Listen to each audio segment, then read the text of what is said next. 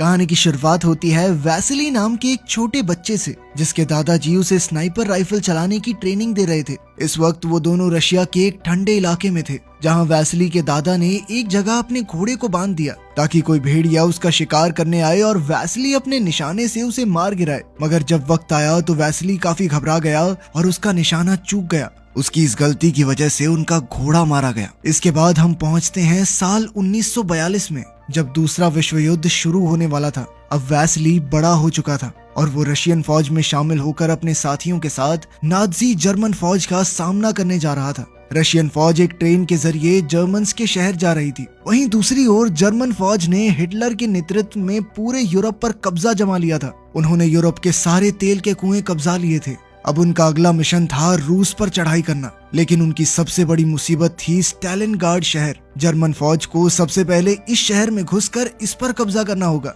इधर रशिया के फौजी भी जल्द ही स्टालिनग्राड शहर में पहुंच गए। तब रशियन कमांडर्स ने फौजियों को हुक्म दिया कि अगर किसी ने भी अपना फर्ज छोड़कर युद्ध से भागने की कोशिश की तो उनके साथी ही उन्हें मार डालेंगे। अगर मौत से बचना है तो उसका एक ही तरीका है, जर्मन फौज को यहाँ से खदेड़ना। इसके बाद रशियन ऑफिसर्स ने फौजियों को कश्तियों में बैठाकर दूसरी तरफ रवाना किया। उस पार जर्मन फौजी मौजूद थे और रशियंस उनका मुकाबला करने जा रहे थे। तभी उनकी नजर नदी पर पड़ी, जो उनके साथी फौजियों की लाशों से भरी हुई थी। ये देखकर वो सब बुरी तरह सहम गए। फिर जैसे ही वो किनारे तक पहुंचने वाले थे तो जर्मन प्लेन्स ने उन पर बॉम्ब्स और गोलियों से धुआंधार हमला कर दिया। जर्मन प्लेन्स ने काफी फौजियों को मार डाला और रशियंस की काफी कश्तियां डूब गई। मगर खुशकिस्मती से वैसिली नदी पार करके किनारे तक आ पहुंचा। इसके बाद कुछ और कश्तियां भी किनारे तक आने में कामयाब रही। वहां पहुंचकर अफसरों ने फौजियों को हथियार दिए, मगर हमले की वजह से उनके हथियार कम पड़ गए थे। इसलिए ऑफिसर्स ने हुक्म दिया कि 2 फौजी एक हथियार इस्तेमाल करेंगे।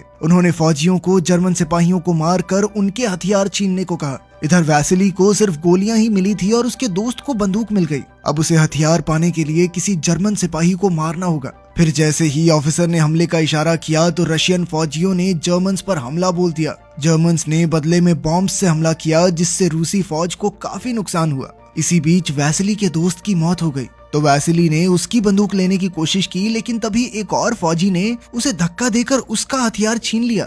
इसी दौरान जर्मन फौज रशियंस पर भारी पड़ रही थी, इसलिए उन्होंने जान बचाकर भागने का फैसला किया। मगर वापस मुड़ते ही उनके ऑफिसर्स ने उन पर गोलियां चला दी, क्योंकि वो युद्ध छोड़कर भाग आए थे।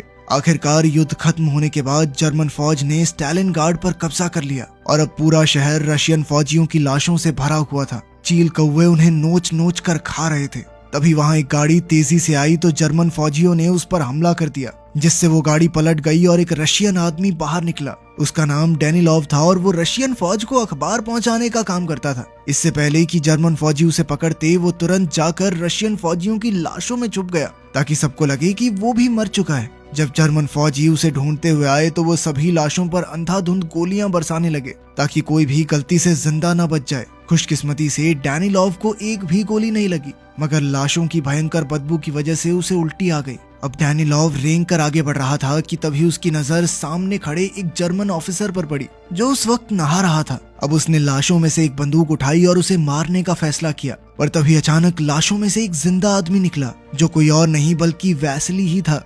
उसने डेनिलोव को ऑफिसर पर गोली चलाने से रोका, क्योंकि अगर उसने अभी गोली चलाई तो जर्मन फौज गोली की आवाज सुनकर वापस वहां आ जाएगी। वैसिली ने उसे एक मिसाइल गिरने का इंतजार करने को कहा, ताकि धमाके की आवाज में किसी को गोली की आवाज सुनाई ही ना दे। साथ ही वैसिली ने उसे बंदूक में डालने के लिए गोलियां दी, मगर अब डेनिलोव को बंदूक चलाने से डर लग रहा था कि कहीं जर्मन फौजी गोली की आवाज न सुन ले।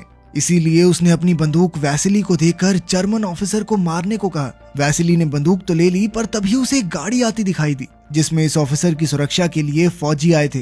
खैर वैसिली ने मिसाइल का इंतजार किया और जैसे ही मिसाइल का धमाका हुआ तो उसने कमांडर पर गोली चलाकर उसे मार डाला। किसी को भी गोली की आवाज सुनाई नहीं दी और इसी तरह अगले धमाके की आड़ में उसने एक और फौजी को मार डाला। लेकिन तभी एक फौजी ने वैसिली को देख लिया तो उसने गिरते हुए उसकी तरफ एक बॉम्ब फेंका, मगर वैसिली ने उससे पहले ही उस पर गोली चलाकर उसे मार डाला। अब वहां आखिरी फौजी बचा था तो वो बाकियों को खबर करने के लिए दौड़ा, मगर वैसिली ने खड़े होकर बिना चूके उसे भी गोली मार दी। डेनिलोव उसकी निशानेबाजी और बहादुरी से काफी प्रभावित हुआ। फिर वो दोनों रशियन फौज के हेडक्वार्टर्स पर पहुंचे जहां डैनिलॉव ने अखबार में वैसिली के बारे में एक आर्टिकल लिखा जिसमें उसने बताया था कि कैसे वैसिली ने 4 जर्मन फौजी और 1 जर्मन कमांडर को मौत के घाट उतार दिया। ये देखकर वैसिली भी अंदर ही अंदर काफी खुश हुआ। तभी वहाँ रशियन लीडर स्टालिन का खास आदमी क्रुश्चेव आया। वो रशियन कमांडर से काफी नाराज था क्योंकि उसने रशियन सिपाहियों को जर्मन्स के हाथों मरने के लिए मौत के मुंह में धकेल दिया था। क्रुश्चेव ने उससे कहा कि अगर स्टालिन को पता चला कि उसने रशियन फौजियों के साथ क्या किया है तो वो उसे कुत्ते की मौत मारेगा, इसीलिए बेहतर यही होगा कि वो चुपचाप यहाँ से भाग जाए। फिर जैसे ही क्रुश्चेव कमांडर के ऑफिस से बाहर आया तो सभी फौजियों को गोली चलाने की आवाज सुनाई थी और वो समझ गए कि कमांडर मर चुका है। अब क्रुश्चेव ने ऑफिसर्स से फौजियों का हौसला बढ़ाने का तरीका पूछा ताकि वो नाजी जर्मन्स का मुकाबला करके स्टालिनग्राड को वापस अपने पास ला सकें। तब डैनिलॉव ने क्रुश्चेव से कहा कि सिपाहियों को जबरदस्ती जंग में फेंकना सही नहीं रहेगा। उन्हें ऐसे सिपाहियों को प्रमोशन देना चाहिए जिन्होंने जर्मन्स का डटकर सामना किया है, जिससे बाकी फौजियों का हौसला बढ़ेगा। क्रुश्चेव को उसका आइडिया काफी अच्छा लगा और उसने ऐसा ही करने का फैसला किया। जल्द ही डैनिलॉव भागता हुआ वैसिली के पास पहुंचा और उसे बताया कि उन दोनों का प्रमोशन हो गया है। अखबार में छपी वैसिली की कहानी को पढ़कर देश के सभी लोग उसकी बहादुरी की तारीफ करने लगे। स्नाइपर बनने के बाद वैसिली ने 33 जर्मन सिपाहियों को मार गिराया और 13 जर्मन कमांडर्स को इस्तीफा देने पर मजबूर कर दिया। इसके बाद हम देखते हैं कि एक दिन वैसिली एक जर्मन कमांडर पर निशाना साध कर बैठा था, पर जैसे ही वो गोली चलाने लगा तो एक बच्चा उसके सामने आ गया, जिससे वैसिली का ध्यान भटक गया और वो कमांडर को मारने से चूक गया। इस बच्चे का नाम साशा था। वो एक रशियन बच्चा था जो वैसिली की बहादुरी की कहानियां सुनकर उसे अपना हीरो समझता था। साशा उसे अपने साथ अपने घर ले आया तो उसकी माँ ने वैसिली की बहुत आवभगत की। कुछ देर बाद ही डैनिलॉव और तान्या नाम की एक खूबसूरत लड़की भी वहाँ आई। वो छुपकर आम लोगों को जर्मन फौजियों से बचाने का काम करती थी। वो साशा की पड़ोसन थी और जर्मन भाषा बहुत अच्छे से जानती थी। जब डैनिलॉव ने उसे पहली बार देखा तो तान्या पर उसका दिल आ गया, मगर तान्या वैसिली की बहादुरी के कारण उसे पसंद करती थी। खैर, इसके बाद हम जर्मन कमांडर को देखते हैं जिसने दुनिया के सबसे बेहतरीन स्नाइपर को इनविटेशन भेजा था। उसका नाम था क्विन। जब क्विन वहां पहुंचा तो जर्मन मिलिट्री हेडक्वार्टर्स के कमांडर ने उससे मुलाकात की और उसे बताया कि एक रशियन स्नाइपर ने उनके कई सैनिकों को मार डाला। अब उसने क्विन से कहा कि जल्द से जल्द इस रशियन स्नाइपर को खत्म कर दो। क्विन तुरंत ही अपने काम पर लग गया, जिसके बाद ये खबर फैल गई कि एक जर्मन स्नाइपर ने जबरदस्त निशाने से 5 रूसी फौजियों को मार गिराया।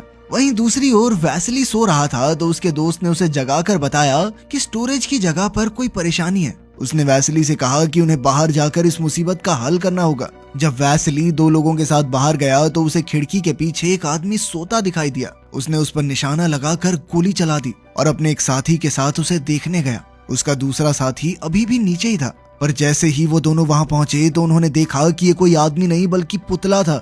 इसी दौरान एक जर्मन स्नाइपर ने नीचे वाली मंजिल पर रह गए उनके दोस्त को मार गिराया। तभी वैसिली की नजर जमीन पर पड़ी एक सिगरेट पर गई और उसे एहसास हुआ कि यहाँ कोई और भी मौजूद है। इसी दौरान जर्मन प्लेन्स ने स्टालिनग्राड शहर पर बॉम्ब्स और मिसाइल्स से हमला करना शुरू कर दिया। ये देखकर वैसिली का साथी डरकर भागने लगा, पर जर्मन स्नाइपर ने चालाकी से उसे भी मार दिया। इधर वैसिली बमबारी के दौरान भी उसी बिल्डिंग में छुपा रहा।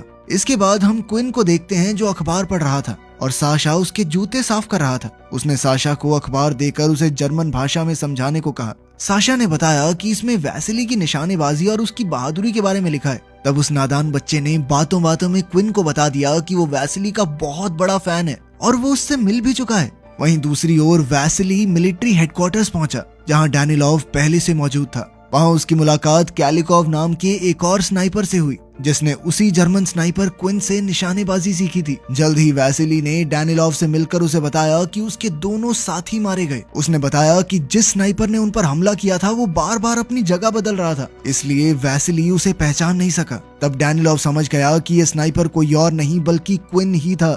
डैनिलॉव ने वैसिली को बताया कि क्विन उसके बारे में सब कुछ जानता है और उसे ही मारने के मकसद पर यहाँ आया है। फिर अगले दिन वैसिली ने सपने में उसी बचपन वाली घटना को देखा जब भेड़िए ने घोड़े को मार डाला था।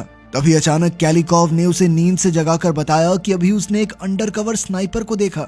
अब वो दोनों देखने गए कि माजरा क्या है तो पता चला कि वहाँ दुश्मनों का हमला हुआ था, इसीलिए वो तुरंत बिल्डिंग से बाहर आ गए। उसी दौरान जर्मन फौजियों ने उन पर तीर चला दिए, पर खुशकिस्मती से वो बचकर भाग निकले। इसके बाद वैसिली ने सिग्नल की तारें काट डाली ताकि जर्मन फौजी हेडक्वार्टर्स में फोन करके और फौजियों को ना बुला सकें। फिर वो एक जगह से दूसरी जगह भाग रहे थे कि तभी उनकी नजर एक जर्मन फौजी पर पड़ी जो सिग्नल की तार ठीक करने की कोशिश कर रहा था। लेकिन ये कोई जर्मन फौजी नहीं, उनका ही एक साथी था जिसे क्विन ने पकड़कर जर्मन फौज के कपड़े पहनाकर इस काम पर लगाया था। और कैलिकॉव ने गलती से अपने ही एक साथी को मार डाला क्योंकि उसे लगा कि वो जर्मन सिपाही है। अब कैलिकॉव और वैसिली फिर से अपनी जगह बदलने वाले थे, पर उससे पहले उन्होंने ये देखा कि क्विन आसपास तो नहीं है। तो उन्होंने एक प्लान बनाकर अपने हेलमेट निकाल लिए ताकि क्विन हेलमेट पर निशाना लगाए और वैसिली को उसकी लोकेशन का पता चल जाए। लेकिन क्विन ने उस पर गोली नहीं चलाई तो उन्हें लगा कि क्विन आसपास है ही नहीं। अब जैसे ही वो लोग दूसरी जगह पर कूदे तो क्विन ने कैलिकॉव को मार गिराया और वैसिली जैसे तैसे अपनी जान बचाकर हेडक्वार्टर्स में लौट आया। उसने डैनिलॉव से कहा कि वो क्विन को नहीं मार सकता क्योंकि वो उससे बहुत बेहतर स्नाइपर है, मगर डैनिलॉव ने उसे हौसला देकर कहा कि वो क्विन के बारे में उसे पूरी खुफिया जानकारी लाकर देगा। ये सुनकर वैसिली को थोड़ा हौसला तो आया। वहीं दूसरी तरफ क्विन ने उस छोटे बच्चे साशा को मिठाइयां देकर उससे वैसिली के बारे में सारी जानकारी इकट्ठा कर ली। इसके बाद क्विन चुपचाप उस बिल्डिंग में पहुंच गया जहां वैसिली आने वाला था और वहीं छुपकर उसका इंतजार करने लगा। इधर वैसिली भी इतना तो समझ ही चुका था कि क्विन छुपकर उस पर हमला जरूर करेगा, इसीलिए वो वेंटिलेशन पाइप्स के जरिए आगे बढ़ने लगा। तभी क्विन को पाइप्स में से आवाज सुनाई दी तो उसने अंदर जो भी है उसके बाहर आने का इंतजार किया। जैसे ही वो बाहर आए तो क्विन ने वैसिली के साथी को मार डाला और वैसिली किसी तरह बचते हुए एक इंजन के पीछे छुप गया। साथ ही हड़बड़ाहट में उसके हाथ से बंदूक छूट गई। उसने अपने जख्मी साथी को हेडक्वार्टर्स वापस लौट जाने को कहा।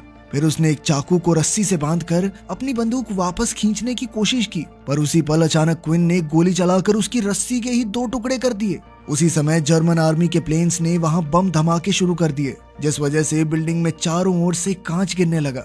उनमें से एक कांच में वैसिली की झलक दिखाई दे रही थी तो क्विन उस पर ध्यान से नजर रखने लगा।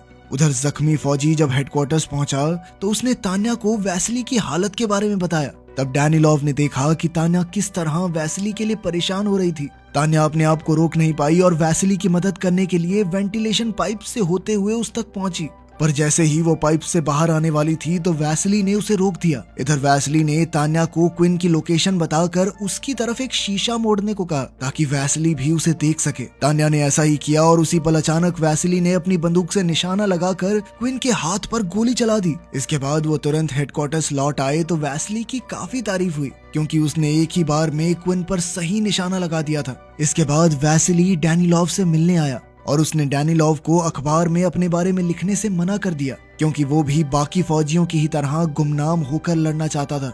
इस पर डैनिलॉव ने कहा कि तुम कोई आम फौजी नहीं बल्कि एक बेहतरीन स्नाइपर हो और जब बाकी फौजी तुम्हारी बहादुरी के किस्से सुनते हैं तो उनमें जोश भरता है उससे। इसके बाद डैनिलॉव ने साशा को बुलाया जो उनके लिए जासूसी कर रहा था। साशा ने वैसिली को बताया कि जब वो क्विन के जूते साफ करता है तो उसे पीली धूल दिखाई देती है। इस तरह की मिट्टी खास तौर पर सिर्फ केमिकल फैक्ट्री में ही मिलती है। साशा रशियन फौज के लिए क्विन की जासूसी करके बेहद खुश था, मगर वैसिली को डैनिलॉव पर गुस्सा आया कि ये तो छोटा बच्चा है, इसे तो नहीं पता, तू इसकी जान खतरे में क्यों डाल रहा है। खैर बाद में साशा वैसिली को उस केमिकल फैक्ट्री में लेकर गया जहाँ क्विन जाया करता था। जल्द ही वैसिली लाशों के ढेर में छुपकर क्विन का इंतजार करने लगा, मगर थोड़ी देर बाद वो वहीं सो गया। इस दौरान क्विन बिल्कुल उसके सामने से गुजर गया, मगर वैसिली क्या करता, वो तो सो रहा था। वहीं दूसरी ओर जर्मन फौज ने शहर पर हमला बोल दिया था। एक जर्मन फौजी मर चुके फौजियों के पर्स चुरा रहा था तो अचानक क्विन की नजर लाशों में पड़े वैसिली पर पड़ी। उसने वैसिली पर गोली चलाने की कोशिश की लेकिन वो सिपाही उसके निशाने के बीच आ गया। बाद में जर्मन फौज ने उस चोर को पकड़ लिया। उन्हें चोर के पास वैसिली का पर्स मिला था जिसका मतलब ये था कि वो पहले ही मर चुका है। जिसके बाद अब क्विन के यहाँ रहने का कोई मकसद नहीं था तो कमांडर ने उसे अपने बैग पैक करने को कहा। वहीं दूसरी ओर जब रशियन कमांडर को वैसिली की मौत की खबर मिली तो वो बौखला उठा, पर तभी डैनिलॉव ने आकर उसे समझाया कि वैसिली अभी जिंदा है। कमांडर ने कहा कि अगर फौज तक वैसिली की मौत की झूठी खबर भी पहुंच गई तो उनकी हिम्मत टूट जाएगी। इसलिए कमांडर ने डैनिलॉव को अखबार में वैसिली की तस्वीर छुपाने का हुक्म दिया। इसके बाद हम देखते हैं कि डैनिलॉव ने तान्या से कहा कि वैसिली हेडक्वार्टर्स में वापस नहीं लौटेगा। तो तान्या ने पूछा कि ऐसा क्यों, मगर डैनिलॉव ने उसे ये नहीं बताया कि वैसिली ने ही अपनी मौत की खबर फैलाई है। और तान्या ने जब थोड़ी देर बाद जर्मन रेडियो पर वैसिली की मौत की खबर सुनी तो वो बहुत ज्यादा परेशान हो गई। वहीं दूसरी ओर क्विन साशा से अपने जूते साफ करवाने गया तो साशा वैसली की मौत की खबर सुनकर रो रहा था, लेकिन क्विन ने उसे समझाया कि रो मत बच्चे, वो जिंदा है अभी। खैर फिर उसने साशा से कहा कि अभी तो तुम घर चले जाओ, कल सुबह ट्रेन के टाइम पे आ जाना। और कुछ देर बाद ही साशा ने ये ट्रेन वाली खबर डैनिलोव तक पहुंचा दी। फिर अगली सुबह वैसली भी ट्रेन स्टेशन पहुंचा तो उसे तान्या दिखाई दी। वैसली उसे देखकर चौंक गया और पूछा कि तुम्हें कैसे पता मैं यहाँ हूँ, जिस पर तान्या ने बताया कि मुझे तो साशा से पता चला। तान्या ने भावुक होकर कहा कि जर्मन रेडियो पर तुम्हारी मौत की खबर चल रही थी, पर मैं जानती थी कि तुम जिंदा हो। इसके बाद वो दोनों एक दूसरे के करीब आ गए। उधर साशा वैसली से मिलने ट्रेन स्टेशन पहुंचा, पर क्विन पहले ही उसका इंतजार कर रहा था। क्विन ने हिसाब लगा लिया था कि ये बच्चा रशियन जासूस है। कुछ ही पलों में तान्या ने अपनी दूरबीन से इतना खौफनाक मंजर देखा कि उसके रोंगटे खड़े हो गए। उसने देखा कि उस मासूम बच्चे की लाश बुरी तरह से एक पाइप से लटक रही थी। वो समझ गई कि क्विन ने ही उसे मारा होगा। साशा की मौत से तान्या को गहरा सदमा लगा, मगर वैसली ने उससे वादा किया कि वो क्विन को मारकर साशा की मौत का बदला जरूर लेगा। इसी दौरान जर्मन फौजी शहर में आ घुसे तो रशियन फौजियों ने साशा की मां को कश्ती में बैठाकर नदी के उस पार जाने को कहा, मगर उसकी मां कहने लगी कि वो अपने बेटे के आने से पहले कहीं नहीं जाएगी।